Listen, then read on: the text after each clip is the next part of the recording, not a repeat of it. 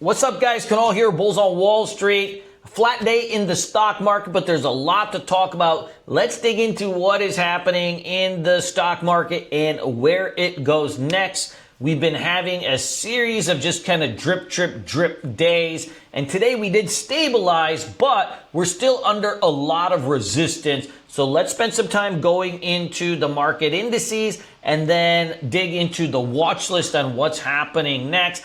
I think that we're in a trader's market and there is both some good long setups and also some short setups, and you need to be prepared to go both ways. I mean, that's just where we're at. So when you're thinking about market structure, remember that when you're just riding above all your moving averages, the market is very easy. You don't really have to map out a lot of levels and you are just ripping it. You're doing swing trades, you're doing day trades, you're averaging down, you're averaging up, and everything seems to work, and you will feel like a genius. You'll be walking around with a perpetual boner thinking about how hot you are right now. But at some point, markets start to even out. I would say maybe 2-3 months of the year, typically the market does that kind of bonanza. We had a longer period this year. A lot of what we're seeing right now, this kind of ranging action that we've been at since October, this is very typical. You know, this is not like something that is out of the ordinary. Since I've been trading in 2008 and I started Bulls on Wall Street, you know, we always knew like you got a 2-3 months, big uptrend, right? 3-4 months of grind, and it's not always in a row. Right? You could have one hot month of uptrend and 2-3 months of grind, another hot month of uptrend, 2-3 months of grind, and then 1 month of downtrend, right? And so on and so forth. And before you know it, the market's up 12, 13, 15% for the year. And you're like, hey, great year. But you got to navigate through that. So we're into this like little chop zone here. And I would call this a distribution market. What I mean by that is that, you know, there's run-up phases, distribution markets, accumulation phases, rundown phases. We're in a market where there's distribution going on. How you know that is that currently, every time there's spikes in some of these like nasty old hot names, they get sold off very, very fast. You know, you'll see something like an MSTR and you're looking, you're like, wow, like it looks great. There we go, the momentum trades, but then it just kind of runs into resistance and then it fades off and it's off to the races to the downside. You'll see stocks like, you know, AVGO, it spikes down to 335, rips 15, 16 points. You're like, hey, here we go. This thing's oversold. And then it just kind of fades off. And that is like your classic kind of distribution market where you get these spikes in some of the more popular names, and they just can't seem to like hold their gains, or like, you know, like you're drawing levels and you're like trying to break them out and they just don't break out. Like they're not weak necessarily, but they're not strong. They're just like not doing what you thought they were going to do. That's your classic distribution. You know, like something even like this Oracle, it's like, you know, you bust through a level and then you come all the way back. And you're like, oh, maybe it's going to fade. And right here, that's like your kind of classic distribution. It's like an opposite day, right? Whatever you think is going to happen, something different happens. So how do you handle this type of market? Well, less is more. You want to be selective. You want to be in the best setups, possibly both long and short. You want to reduce the frequency of the trades that you're doing and also reduce the hold time. So if your duration of trades is like, say, 2 hours, you know, it may be 30 minutes or 40 minutes. If your duration is normally 2-3 weeks, it could be just 2-3 days, right? And so you just kind of be mindful of that kind of thing. And now, look, the QQQ is just right under the 50. It's not really bearish per se, but it's not really bullish. It's just inside a range. I will say that when the markets are under the 50-day moving average, a lot of those spikes do get faded off. So just kind of be mindful of that, I think, as you go through this too. Let's take a look at the SPY. I think the SPY is just resting right on the 52, and you can see here, right? You know, it couldn't break. It couldn't break out. That doesn't mean really much, though. It's just the market we're in. We're on support here. I don't know if we're going to really have a big breakdown on it either. We're just kind of in that area. Now, the IWM, really another failed breakout. So you broke out, and you pull right back into support. And so you're kind of like you know, you would have liked that to trend up and hold that breakout spot. It does. I wouldn't count that as a failed breakout just yet, as it's been a fairly orderly pullback, but it's a little bit of a gray area there. So let's get into the watch list. Tesla, I think, is, obviously I'm in this 500 calls for next week, though. I was a pussy. Oh man. I don't trade like I got a full head of hair anymore. That's for sure, right? So this thing's got 500 breakout. It's at, I believe, all-time highs, right? It's the strongest stock in, out of the mega caps. And you can see here, like, it dipped down at the open a little bit. Today on the smaller term time frame, hold on here. It dipped down at the open today, and then it just came into yesterday's low, and then it started to grind its way back. Great looker over here, man. It was very tradable today, too, I will say. You gapped down and completely reversed, and then dipped down, right? Like, they were all kind of getting bought up. The VWAPs were holding, and then you made that end-of-day push. I think we might gap up on this, tomorrow. Well, then we'll kind of see how we want to play this. But, obviously 500 is right there, and then we'll see kind of how this reacts. It could just be starting. My worry on this, guys, and I wouldn't be chasing this thing up now as a swing if you're swinging. You always want, with Tesla, you want to only swing when you think when it makes you cry, and when it makes you happy. You usually want to be selling, because if that's when you add, it's like you get a rude awakening. So just something to just be mindful of. I thought this RILY was interesting today. They announced their earnings, and they had a surprise, basically, profit and revenue increase. So I think something like this could be playable, over and under this kind of 6 level, and we'll see what's up. It definitely has got a big enough. It's hard to see here, but let's go take a look at this weekly chart here. And you can see here,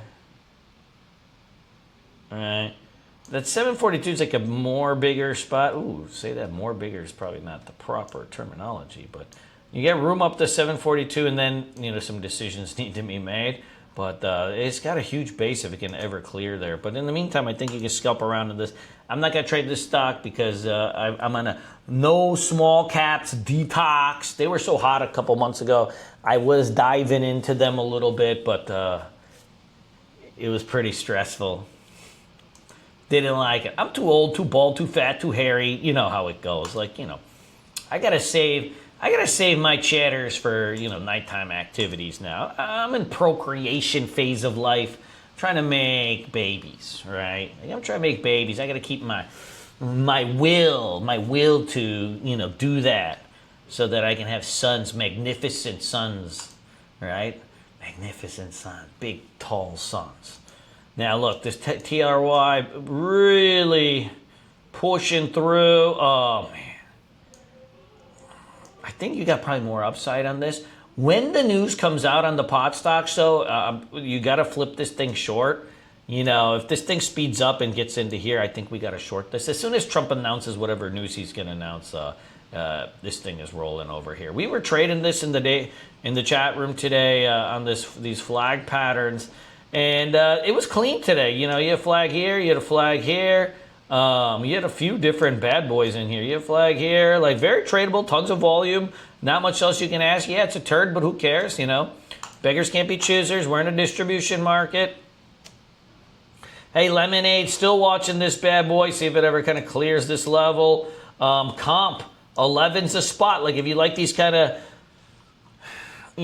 more mid-cappy type of names, breakout, retest, right? And you're petting the snake right around that 11 o'clock. It's looking pretty good. Hey, man, UAL, dude, that's when you're in a distribution market. When you're sitting there just banging your balls against UAL and Boeing. I took a trade of Boeing today for the first time in, years. I can't even count. We took a trade in Boeing. We were trading UAL, and Boeing was okay. It was tradable. It took a balk or something. Nothing to grab home about. But when old Canal's diving into UAL and Boeing. You know it's slim pickings, right? This is a 1 a.m. setup right here. Maybe a midnight setup, but it's like, it's one of those things. It's like you kind of like tilt your head and you're like, maybe it's a breakout, but is it? Not really. It's a break of resistance. So a break of resistance is not a breakout. A breakout is something explosive. You have multiple attempts to make highs. You have usually some type of catalyst, expanding relative volume, and a whole host of different things, sector related. This is more of what we call like a range break or just a break of resistance. It's not a breakout, right? I should not say that word.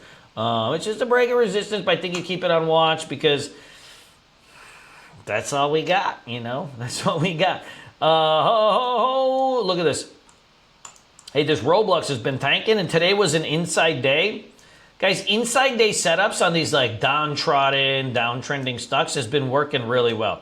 So what happens is like they pull down for 3-4 days, they get oversold, and then they still doesn't bounce much, right? So then you get an inside day, and then when you take out that 2-day range, you get the secondary flush. Hey, Roblox is a big turd, man. So let's take this thing down. Under the 50, under the 200. It's in a downtrend. Where does it end?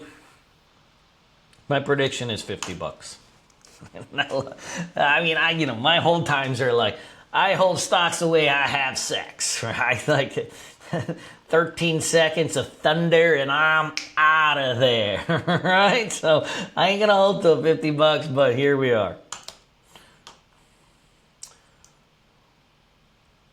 Lululemons. Man, I'm into this, I'm into this. It does need a little pick-me-up from the market. It's consolidating. I don't know when it's going to be ready, but I keep that on your watch list. Gold, I'm watching. I don't know what these 3 solid candles means. If you pick up one of those, candlestick goofy books, I'm sure there'll be something that's like Kama Sutra, Doji, double Lutzy, flux capacitor combination with the hanging man Chad. It's there. I don't know what these 3 solid candles mean, but it does mean essentially that you get 3 times it gapped up and then rolled over, right? So that is, I would say, a small red flag. But the EMAs are tightening up here. I'm still thinking we get one last hurrah in gold before it kind of, I wouldn't say short, but you get that longer term consolidation that it's known to do. Like you just did one, right? Where you're just like 6 months. Maybe you pull down a little bit. Maybe come down to the 50. Maybe come down to 200, right? But like, I think you got one last hurrah on this. I'm in it for those 400 calls if I see it. Hey, any earnings out tomorrow? I got no dog in this currently, but I will say I'll be probably trying to trade this post earnings. If it gaps up a little bit, I think I'll probably lay the thunder on it. For old time's sake, this stock was at $50 just a little bit ago, $60. It's time to take it down. Hey, this arm, let me see. Fucking arm. This thing is getting a little bit rubber bandy. So if it gaps down tomorrow, that would take it completely outside the upper Bollinger Band. It's already outside the lower Bollinger Band. Get a gap down on it. That should stretch the rubber band enough to make it tradable to the upside for a few days, maybe to the 9 EMA or so. Give me a gap down, it's ATR's 5 points. I would take a $2.50 or more gap down and try to stretch this bad boy. Rivian, I had a feeling it was going to roll over today. Like I said, that was a 1 a.m. setup yesterday. You had to really kind of one-eye that thing. One-eye that thing home. It's just not there yet, but it's getting there. It just needs it needs work. It needs work. It's, it's the beautiful person with the messed up teeth, right? Like, it's just, you want to love them, but you're like, just something I can't get over, right? It's there, but it's not. Like, it just needs Invisalign. It really does. And then, silver. Hey, Moss, this is at a key level right here. Let's, we can short this thing tomorrow if it breaks down. Hot damn. 2 beers in a bucket. And that's about it, you know. Let's see. Hopefully Tesla gives us some more spots to add and we size up into this thing properly. Be careful. Breakouts to all-time highs are very nice when the QQQs are like trending higher. They're not as juicy in this kind of environment. The chance of failure goes up a lot. It may not, right? It can stick. They can always stick, but we're just talking about like kind of probabilities. If Tesla had done what it did today, it got where it needed to go, you'd probably see $600 in the next few days, right? If it was like, if we were in September or August or, you know, July, well, we'd had $600 maybe already. You know, in these last couple of days, it would just been 30, 40, 50 points every day. We're not there yet, so it may grind along a little bit. So just be mindful. All right, I got to go. I love you guys. Let me know if you need anything. Peace.